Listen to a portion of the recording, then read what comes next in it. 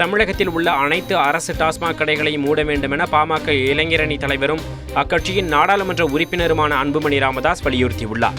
தருமபுரி நாடாளுமன்ற தொகுதியில் வெற்றி பெற்ற அன்புமணி ராமதாஸ் வாக்காளர்களுக்கு நன்றி தெரிவித்து பொதுமக்களின் கோரிக்கை மனுக்களை பெற்றார். அப்போது பேசிய அவர், டாஸ்மாக் மதுக்கடைகளால் பெண்களின் வாழ்க்கை பாதிக்கப்படுவதாக தெரிவித்தார். நீலகிரி மாவட்டம் அரசு தேயிலை தோட்ட பகுதியில் காட்டு யானைகள் அட்டகாசம் செய்து வருவதால் மக்கள் பீதியடைந்துள்ளனர். அங்குள்ள சந்திரன் என்பவருக்கு சொந்தமான தோட்டத்திற்குள் நுழைந்த காட்டு யானைகள் பலா, தென்னை மரங்களை நாசம் செய்ததுடன் அவரது வீட்டையும் சேதப்படுத்தின. தமிழக அரசு செயல்படுத்தி வரும் புதிய மருத்துவ காப்பீட்டு திட்டத்தில் உள்ள குறைபாடுகளை களைய வலியுறுத்தி நாமக்கலில் தமிழ்நாடு அரசு ஊழியர் சங்கம் சார்பில் கவன ஈர்ப்பு ஆர்ப்பாட்டம் நடைபெற்றது.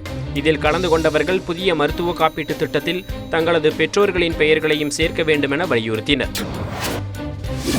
ஆந்திராவிலிருந்து கேரளாவிற்கு கடத்திச் செல்லப்பட்ட 200 கிலோ கஞ்சாவை தேனியில் நுண்ணறிவு போதைப்பொருள் தடுப்பு பிரிவு போலீசார் பறிமுதல் செய்தனர். கடத்தல் தொடர்பாக ஒரு பெண் உட்பட 2 பேரை அவர்கள் கைது செய்தனர். தலைமறைவாக உள்ள மேலும் சிலரை போலீசார் தீவிரமாக தேடி வருகின்றனர். மானாமதுரை அருகே 2 பேருந்துகள் நேருக்கு நேர் மோதிக்கொண்ட விபத்தில் 25 பேர் படுகாயமடைந்தனர்.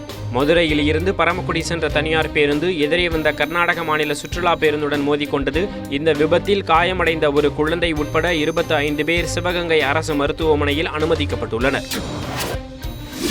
கும்பகோணத்தில் பஞ்சு மெத்தை தயாரிக்கும் நிறுவனத்தில் ஏற்பட்ட தீ விபத்தில் 5 லட்சம் ரூபாய் மதிப்பிலான பஞ்சு எரிந்து நாசமானது.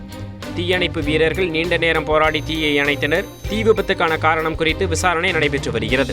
இதே நிறுவனத்தில் 2 நாட்களுக்கு முன்பு தீ விபத்து ஏற்பட்டு 3 லட்சம் ரூபாய் மதிப்பிலான பொருட்கள் எரிந்து நாசமானது குறிப்பிடத்தக்கது.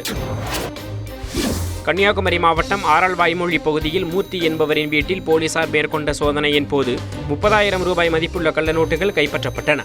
இது தொடர்பாக மூர்த்தியை கைது செய்த போலீசார் அவரிடம் தொடர்ந்து விசாரணை நடத்தி வருகின்றனர்.